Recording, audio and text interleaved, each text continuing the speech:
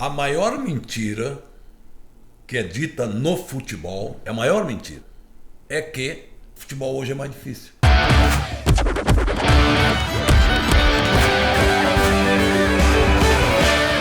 A gente estava morando em Las Vegas ano passado. Ah, é tempo bom. Bom, tempo bom, né? Ano retrasado, né? Já está passando mais de um ano e meio.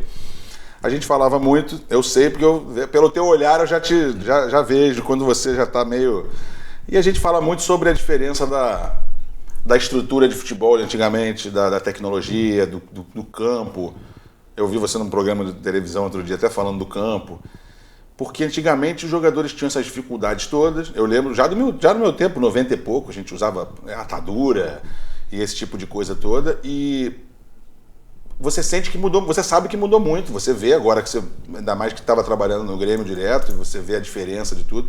Mas o que você sente mais assim diferente em relação a tudo? Em relação a que parece que tudo é uma desculpa agora, né? Eu não consigo entender. Os campos... Deveria ser mais fácil, tudo é mais fácil. Mudou para melhorar. Os campos são melhores. A chuteira, muito melhor. A bola, muito melhor. O que mais que tem? Treinamentos, aí sem treinamento, nem se compara. Os aviões que a gente viajava... Eu lembro você falar de avião, que tem morre de medo de avião. Eu lembro, tu não deve ter pego, mas o teu pai pegou. Não sei não, nasci em 77. O avião assim, que você entrava, o avião parava assim, ó. E você ia subindo assim para... Porque o avião, ele não parava normal assim, né? Como é hoje, ele ficava assim. Eu não lembro assim. Não, mas era assim. Mas deve ser porque você tem tanta coisa com o avião que você já é meio traumatizado. Imagina esses aviãozinhos, tem que ficar traumatizado mesmo. Mas quer dizer, os aviões, os hotéis. Totalmente diferente. Não tinha nem estrela. Hoje tem 5. Tem até de 15, hein? É porque os clubes também dão melhores condições. Também. Alimentação. Enfim, olha. E aí, tudo foi feito para melhorar. E aí vem os treinadores.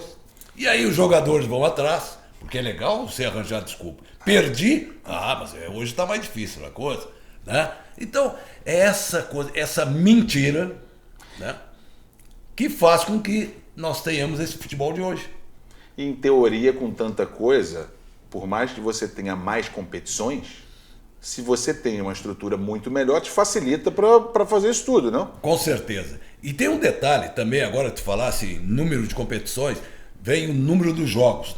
Hoje, quando chega em... Olha, não é nem chegar em novembro, não. Quando chega em janeiro, fevereiro, março. A gente já está cansado. Fora que no início do estadual sempre tem aquele negócio da desculpa eles acabaram de voltar de férias, aquele jogo paradão. Exato. Calor de 40 graus, aquela coisa. Aí eu fui fazer uma pesquisa, só para te ter uma ideia. Em 83, o ano que o Grêmio foi campeão do mundo, nós jogamos... Durante o ano inteiro, 83 partidas. Em 95... Quantas competições eram essas 83 partidas?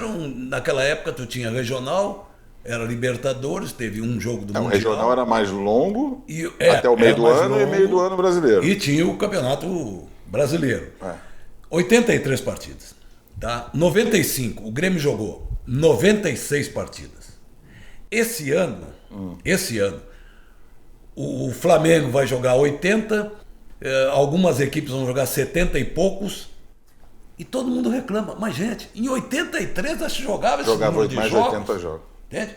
Então, com campos piores, com estrutura pior, né? Com condições piores. Tudo serve para o quê? Desculpa, se perder Eu não sei se você vê da mesma maneira, lógico, tem que falar do meu time, do Guarani, mas eu estava pesquisando uma vez um Guarani e Palmeiras na Libertadores de 79. Um jogo de manhã. Jogo de Libertadores de manhã, num calor desgraçado do Morumbi. Então, assim, hoje em dia é uma coisa, né, que não se imagina uma coisa dessa. A Libertadores hoje é um produto que tem que se jogar à noite e tal. Então, assim, eu vejo... Eu não sei se você vê da mesma maneira que eu, o futebol, de todos os esportes, eu fico vendo basquete, vôlei, por isso que eu te perguntei até qual o esporte que você acompanha assim e tal, porque eu tenho amigos que acompanham tênis, acompanham automobilismo, Sim.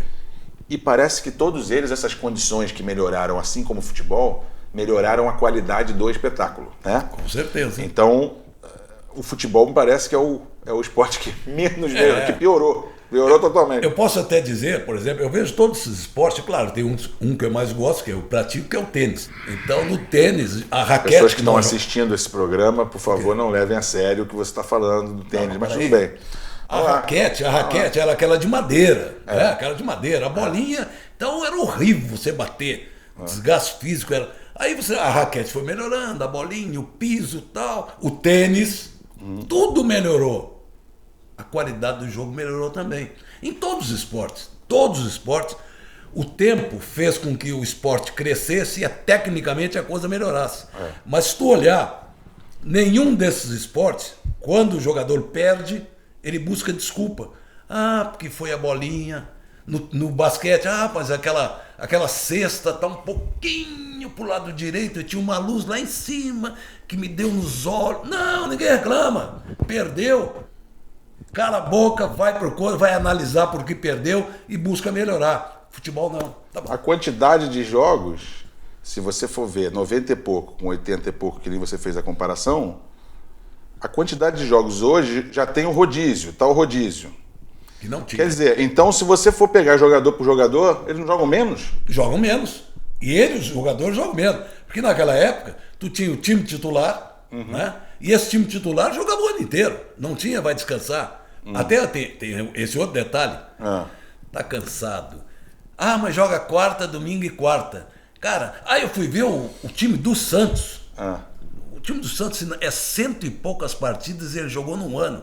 Porque o Pelé viajava toda hora. Foi mais ou menos 58. Época do Pelé. 100 e poucas partidas em um ano, 58? Mas por quê?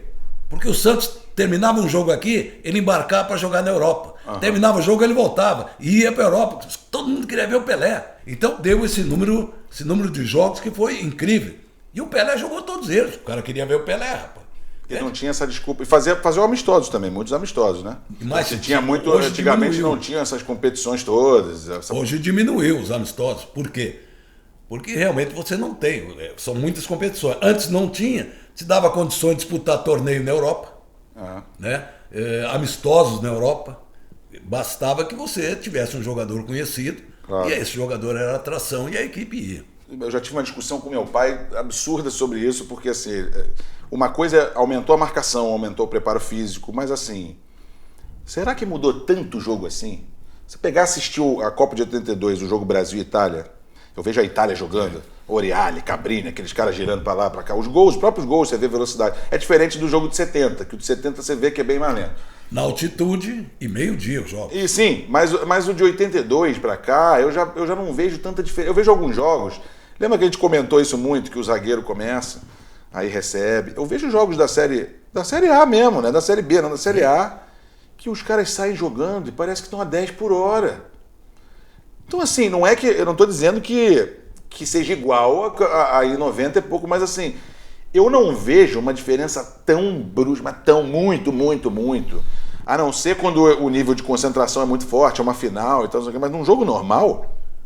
Eu não vejo essa diferença tanta de velocidade assim, entendeu? Eu também não vejo isso. Eu brinco ainda assim. Acho até que agora de um tempo para cá diminuiu. Não, pode ser até que corram mais, mas erram muito mais. Corre porque não sabe o que fazer. Então corre, pega a bola, onde é que eu vou? Não sei, sai correndo. E antes você sabia, passava, você corria sem a bola, mas você corria. Aquele gol que o Renato fez jogando no Flamengo contra o Atlético Mineiro, que ele saiu do meio campo, sim. Ele não saiu caminhando, a velocidade que ele deu, incrível, a força que os caras iam batendo nele, e ele chegou na área e fez o gol. E esse gol foi o quê? Na Copa de 82 tem um gol do Júnior que ele dá para o meu pai, que ele domina e dá de canhota e o cara vai. Cara, é velocidade pura. Ele não entrou no meio da área caminhando. A gente dá licença, Zico, agora dá a bola. Não, o Zico deu o passe e ele entrando em velocidade. Mas é isso que as pessoas hoje procuram passar mentiras. Quando você está assistindo um futebol inglês e você assiste um jogo do brasileiro, você consegue, na hora, identificar uma diferença muito grande.